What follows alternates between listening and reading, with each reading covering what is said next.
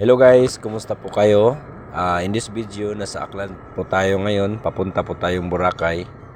At sa video na ito mga kabayan, kapanda, i-share ko sa inyo kung paano lutasin yung problema sa mga account natin na hindi tayo makaka-login or currently suspended yung mga account natin dahil sa technical error ng system.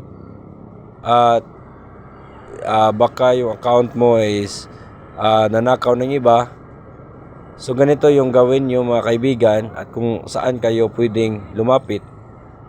Take note, hindi pa po tayo pwedeng lumapit sa kapwa rider natin, lalo na pag hindi natin kilala, dahil baka mas lalong lumalalo yung problema ng account natin.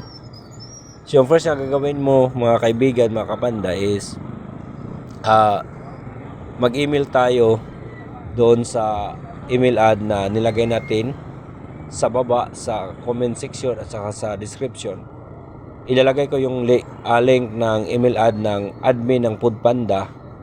Lahat ng problema ng mga rider ng Foodpanda is doon tayo mag-email.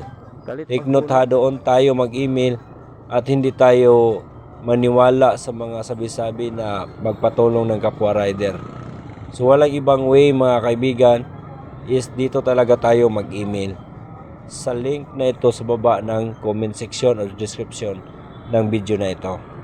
So yan mga kaibigan, at sana yung account nyo, pag mayroong aberya, i-email nyo kagad, attach yung valid ID nyo, dalawa, naka-picture attach, tapos yung ilagay mo yung number mo na doon na ginagamit mo kay Foodpanda.